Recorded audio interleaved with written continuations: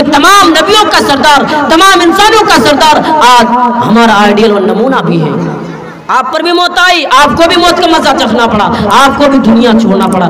دنیا میں کوئی انسان رہنے کے لیے نہیں آیا ہے۔ انسان سوچ رہے ہیں کہ دنیا سے میں محبت کروں گا، دنیا میں پیسہ کمانے کے بعد میں اسی دنیا میں رہ جاؤں گا، لیکن یہ بات سچ نہیں ہے، کیونکہ اسے موت کا مزہ چکھنا ہے۔ قرآن کریم کے اندر اللہ تعالیٰ نے فرمایا اینما تکونوا یدرککم الموت ولو کنتم فی بروج مشیدہ۔ اے میرے بندو، جس موت سے تم بھاگ رہے ہو، جس موت سے تم بچنے کی کوشش کر رہے ہو، وہ موت تمہارے پاس پہنچ کر ہی رہے گی۔ فی بروج، اگر تم کسی مضبوط قلعوں کے اندر بھی داخل ہو جاؤ گے اور یہ سوچو گے کہ موت سے بچنا ہے تو موت سے بچ نہیں سکتے ہو، موت سے چھٹکارا نہیں ہے۔ اسی لیے اللہ تعالیٰ نے اللہ کے نبی کو مخاطب کرتے ہوئے فرمایا قل ان الموت الذی تفرون منہ فانہ ملاقیکم۔ اے محمد صلی اللہ علیہ وسلم، آپ بتا دیجئے، آپ ان لوگوں کو بتا دیجئے کہ جو موت سے بھاگنے اور بچنے کی کوشش کر رہے ہیں اس تک موت پہنچ کر ہی رہے گی۔ موت سے کسی کا بچاؤ نہیں ہے، موت سے کسی کا چھٹکارا نہیں ہے، موت سے کوئی انسان بچ نہیں سکتا، اور سب کو ایک دن رب کے سامنے لوٹنا ہے اور ایک ایک چیزوں کا حساب دینا ہے۔ اور جو انسان دنیا کے پیچھے پڑے ہیں، جو انسان دنیا سے محبت کر رہے ہیں، وہ انسان خود کو معلوم نہیں ہے کہ کس زمین پر مرنے والا ہے، وہ گھر پہ مرے گا یا گھر کے باہر۔ اسی لیے قرآن کریم اٹھائیے، اللہ تعالیٰ نے فرمایا، اللہ تعالیٰ سورہ لقمان کے آخری آیت میں اللہ تعالیٰ نے 5 چیزوں کا ذکر کیے، جو 5 چیزوں کا علم اللہ تعالیٰ اپنے پاس رکھ لیے، اور انہی 5 چیزوں میں یہ بھی ہے۔ اللہ تعالیٰ فرماتا ہے اے لوگو، تم کل کیا کرنے والا ہو تمہیں معلوم نہیں ہے۔ تم انسان تو سوچ کے رکھتا ہے کہ کل فلاں کام کرنا ہے، لیکن اللہ تعالیٰ ان پر موت آ جاتی ہے، کبھی تو انتقال ہو جاتا ہے، گھر میں پریشانیوں کی وجہ سے اسے کہیں جانے کو نہیں مل رہا ہے، اور اسی لیے اللہ تعالیٰ نے آخری چیز بیان کی ہے اے میرے بندو، تم کس زمین پر مرو گے خود کو معلوم نہیں ہے، تو کس زمین پر مرنے والا ہو تمہیں بھی معلوم نہیں ہے کہ تم اپنے گھر پر مرو گے یا گھر کے باہر، اپنے وطن میں مرو گے یا وطن چھوڑ کر، اپنے گاؤں میں مرو گے یا گاؤں کے باہر، یا باڑھ میں ڈوب کر یا طوفانیوں میں بہہ کر مرو گے، یا گھر میں بیٹھے ہوئے کسی کو معلوم نہیں ہے کہ کس زمین پر مرنے والا ہو۔ اور آج انسان اپنے آپ پر فخر کر رہے ہیں کہ دنیا میں مجھے رہنا ہے۔ کوئی انسان دنیا میں رہنے کے لیے نہیں آیا ہے کہ دنیا میں رہنے کا اسے اللہ تعالیٰ حق حاصل کر دے، لیکن اسے دنیا میں رہنا نہیں ہے۔ اصل جگہ کون ہے؟ موت ہے۔ موت کا مزہ سب کو چکھنا ہے۔ موت ایک اٹل حقیقت ہے، موت سے کسی کا بچاؤ نہیں ہے، موت سے کوئی بچ نہیں سکتا ہے۔ اسی لیے ہمیں کیا کرنا ہے؟ آخرت کو ٹارگٹ کرنا ہے، آخرت کو کامیاب بنانا ہے، اسی میں کامیابی ہے۔ اگر آخرت کو کامیاب نہیں بنائے تو ہم ناکام رہیں گے۔ میرے بھائیوں، آج انسان برائیوں میں مبتلا، اسے پرواہ نہیں ہے۔ آج انسان برائیوں میں مبتلا ہے، کوئی اسے ٹینشن نہیں ہے کہ میں برائیوں میں مبتلا ہوں، مجھے بھی ایک دن بچنا ہے اور برائیوں سے بچ کر آخرت کے دن حاضر ہونا ہے۔ اسی لیے اللہ تعالیٰ قرآن کے اندر فرمایا جو انسان گناہوں سے معافی مانگے، جو انسان اپنے گناہوں سے اللہ تعالیٰ سے معافی مانگے، مجھ سے معافی مانگے، میں یقیناً اسے معاف کر دوں گا۔ اللہ رب العالمین کا فرمان ہے الا من تاب وآمن وعمل صالحا فاولئک یبدل اللہ۔ اے میرے بندو، اگر تم میرے پاس آ کر، میرے بارگاہ میں آ کر تم گناہوں سے معافی مانگو گے، یقیناً میں تمہیں معاف کر دوں گا، یقیناً میں تمہارے گناہوں کو بخش دوں گا اور تمہیں گناہوں کو نیکیوں میں بدل دوں گا، تاکہ تم جہنم سے بچ سکو، تاکہ تم جہنم کے عذاب سے بچ کر جنت کے اندر جا سکو۔ اسی لیے اللہ تعالیٰ نے ایمان والوں کو، خاص کر کے ایمان والوں کو پکارا یا ایھا الذین آمنوا، اے ایمان والو، تم اچھی توبہ کیا کرو، سچی توبہ کیا کرو۔ اگر تم کامیابی چاہتے ہو، اگر تم آخرت کے دن جنت چاہتے ہو، تو کامیابی حاصل کرنا چاہتے ہو، تو تم اپنے گناہوں سے معافی مانگو، موت آنے سے پہلے تم معافی مانگو، یقیناً کامیاب ہو جاؤ گے۔ تو ہمیں کیا کرنا ہے؟ موت آنے سے پہلے اپنے گناہوں کو معاف کرانا ہے، اللہ سے دعائیں کرنا ہے یا اللہ ہماری گناہوں کو معاف کر دے، تو معاف کرنے والا ہے، تو رحیم ہے، تو غفور ہے۔ اگر تو نے مجھے گناہوں سے معاف نہیں کیا، یقیناً میں گناہگاروں میں سے ہو جائیں گے۔ اور آپ کو معلوم ہونی چاہیے کہ حضرت آدم علیہ السلام نے بھی خطا کی، حضرت آدم علیہ السلام نے بھی اللہ کی نافرمانی کی۔ کون سا نافرمانی؟ آئیے قرآن کریم اٹھائیے، اللہ تعالیٰ فرماتا ہے وَقُلْنَا يَا آدَمُ اسْكُنْ أَنْتَ وَزَوْجُكَ الْجَنَّةَ وَكُلَا مِنْهَا رَغَدًا حَيْثُ شِئْتُمَا فَلَا تَقْرَبَا هَٰذِهِ الشَّجَرَةَ الشجرة فتكون من الظالمين. آدم علیہ السلام کو اللہ تعالیٰ نے نصیحت کی, اے آدم جنت کے اندر رہنا, اگر کوئی کھانے کی چیز مانگنا, ضرورت پڑے تو مجھ سے مانگنا, لیکن تم یہ بات یاد رکھنا, اپنے دل و دماغ میں بات بیٹھا لے کہ تم اس درخت کے قریب مت جانا. اگر تم درخت کے قریب چلے جاؤ گے, یہ تو بات یاد رکھو, یقیناً تم گناہگاروں میں سے ہو جاؤ گے, یقیناً تم خطاکاروں میں سے ہو جاؤ گے. اللہ تعالیٰ نے نصیحت آدم علیہ السلام کو کی اور ان کی بیوی حوا علیہ السلام کو کی, لیکن اس دونوں نے شیطانوں کے باتوں پر آ کر اس درخت کے قریب چلے گئے.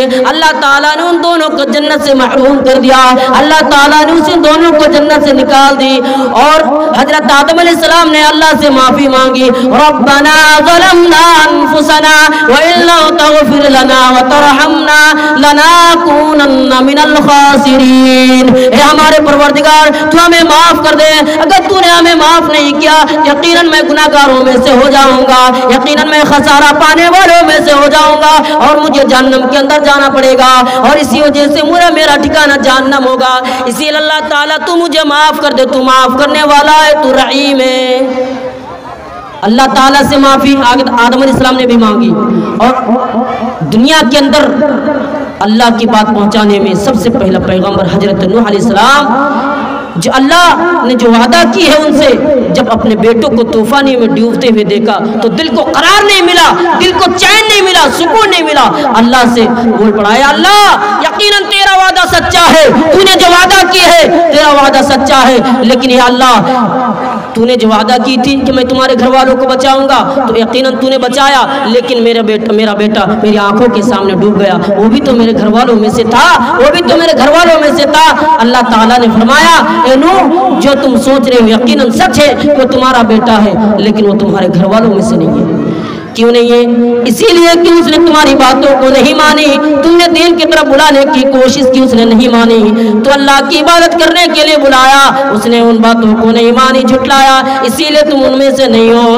اسی لیے بیٹا تمہارا ان میں سے نہیں ہے. جو تم بول رہے ہو کہ تم دین پر تمہاری باتوں کو نہیں مانی, اللہ کی عبادت نہیں کی, اسی لیے تمہارا بیٹا تم میں سے نہیں ہے.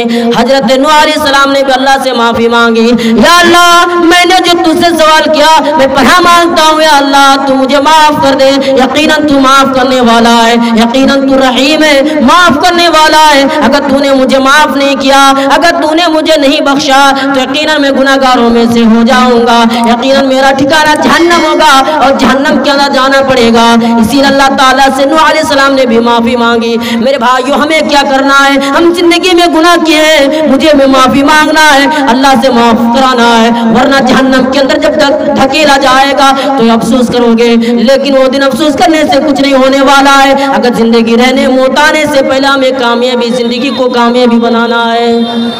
موسیٰ علیہ السلام ایک گھٹے گھٹے نوجوان, اور اس نے ایک آدمی کو گھونسا مارا, وہ آدمی مر گیا.